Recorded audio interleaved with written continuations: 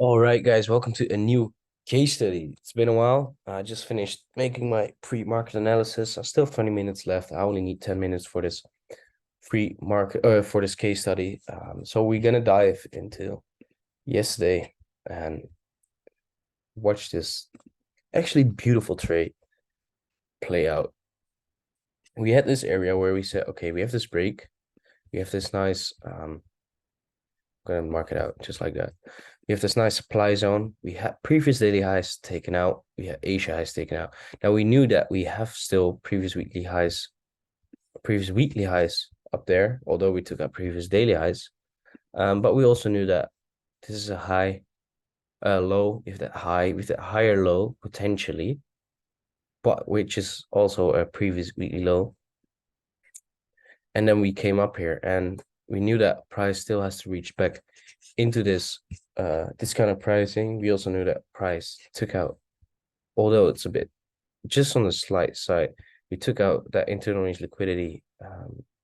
But I think we just missed that, or just tapped, not sure, tap that high time frame supply zone. So for me, those confluences that we still need to reach back into this kind of pricing. We took that liquidity, were reasons for me to look for potential shorts.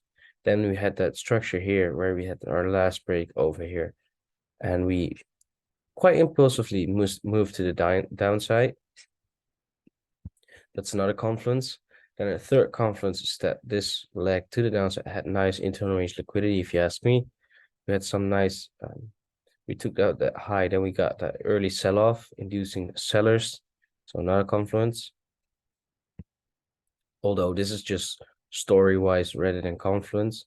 Then confluence-wise, we had the bearish break here. We had the supply zone. We had previous daily highs taken. We had Asia high taken. Then if we zoom in, we can see that on the lower time frames, we had a low, we had a high. Then we start to form bearish structure in here. We had a bearish break here, so that this could be your high time frame or slightly higher time, like your 5-minute early sellers. But we want our early sellers to be closer to our entry area. So what we do is we zoom in to the 1-minute time frame, and we can see that we start to form nice bullish structure. Then internal here, pre-Frankfurt, we have a low, we have a high, we have a bearish break. That could be a minor one, but then we have a low, high, higher low, higher high, higher low, higher high. Then we have our bearish break, and that's like a clean early seller move, quite impulsive as well. So that is our early sellers. And then we can continue. Let's zoom out real quick. So we have our supply zone. We have Asia highs being taken out. We have previous daily highs being taken out. We have higher time frame liquidity being taken out over here already.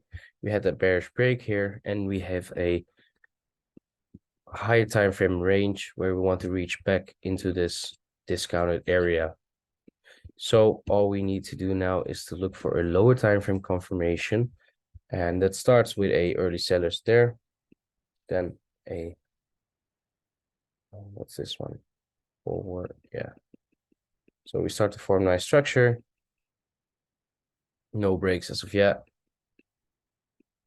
And there you have it. Frankfurt Open. We get our clean break here. Nice set of candles actually as well. You get your entry area. Oops. There you go. You can also see that we're building up nice liquidity up here. Only thing that's not really good, but it is still valid though, is that we just reached into that discounted pricing over there, but this leg doesn't have any liquidity. We got equal lows to the downside as well.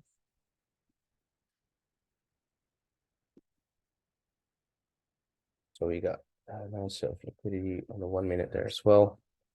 Keep in mind, this is all 1 minute time frame. So it is always a bit tricky though, but it is valid. 74, entry would be at 64, one breathing room, and 0.5, so 3.2.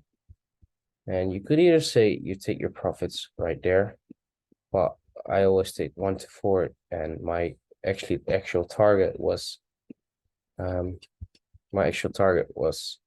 Asia lows. So 1 to 4 is where you take your 1 to 4 is where you take your 80%. So that gets hit quite fast.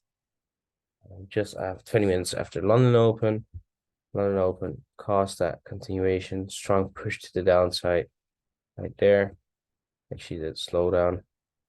Get back into the range, back into premium pricing, continuation, and you get your 80%. You get 20% left. Stop us at break even right now.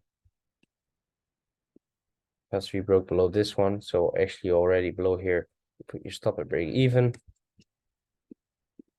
Make it red. And you just let price play out. You can see price just steps back, just steps us out, which is a bit unfortunate. It's all right. If you don't go break even, you have this entire trade. So I want to 9.3. New York steps in. And there it goes, hits Asia lows, and it moves up from there. So nice trade, nice confluences, early sellers, Asia highs, previous daily highs, supply zone. We already took liquidity to high time for liquidity over here, got the bearish break, internal range liquidity taken to this range. Only thing that's not on our side is that we have a reaction from this demand zone, which took liquidity to the left here. So that was the only thing. But we had that in mind, right? So if you want to take a trade, it would look something like this. And because you know that it has potential to move to the upside, also because this liquidity grab was quite minor, so this could be your early sellers on the high time frame. You know that you really just go for that 1 to 4 Asia low. You don't like, I wouldn't target that. Also because this bearish range is internal to this bullish range. So yeah, that's a trade. Nice trade, 1 to 4. Didn't take it. I'm not trading. And yeah, I hope it helps.